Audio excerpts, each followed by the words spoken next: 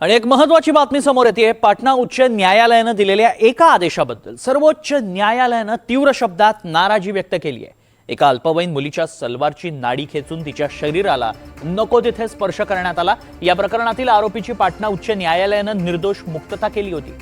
आदेशाची सर्वोच्च न्यायालयाने स्वतःहून दखल घेतली आहे। सरन्यायाधीश सूर्यकांत, न्यायमूर्ती जयमाल्या बागची आणि न्यायमूर्ती व्ही मोहन यांच्या खंडपीठापुढे या प्रकरणाची सुनावणी झाली आणि खंडपीठाने म्हटलं की असा संवेदनशील घटनांमध्ये आदेश देताना न्यायमूर्ती अभ्यास करत नाहीत का, असा परखड सवाल देखील विचारण्यात आलाय।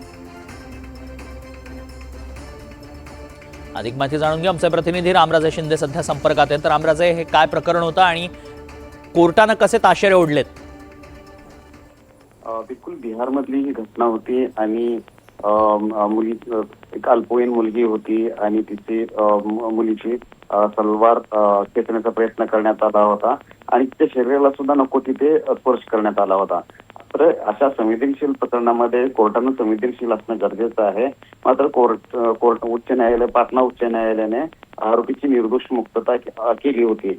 त्यावर सुप्रीम कोर्टानं स्वतःहून दखल घेतली, स्वतःहून सुमोटो या संदर्भामध्ये प्रकरण सुनावणीसाठी आहे आणि त्या संदर्भामध्ये जे हायकोर्टानं आदेश दिले होते तर त्याबद्दल सुद्धा चीफ जस्टिस यांनी चिंता व्यक्त केली आणि न्यायमूर्ती नीट अभ्यास करत नाहीत का, असा सुद्धा सवाल उपस्थित करण्यात आलेला आहे। आणि बलात्काराचा प्रयत्न केला जात असताना निर्दोष मुक्तता कशी केली जाते असा सवाल सुद्धा उपस्थित केलेला आहे। त्यामुळं संबंधित हायकोर्टाने अशा प्रकारच्या प्रकरणामध्ये, अल्पवयीन मुलीच्या प्रकरणामध्ये जिथे बलात्काराचा प्रयत्न होतो अशा प्रकरणामध्ये संवेदनशील राहून निकाल देणं। नक्कीच रामराजे, तुम्हाला थोडंसं थांबवतो। आणखी एका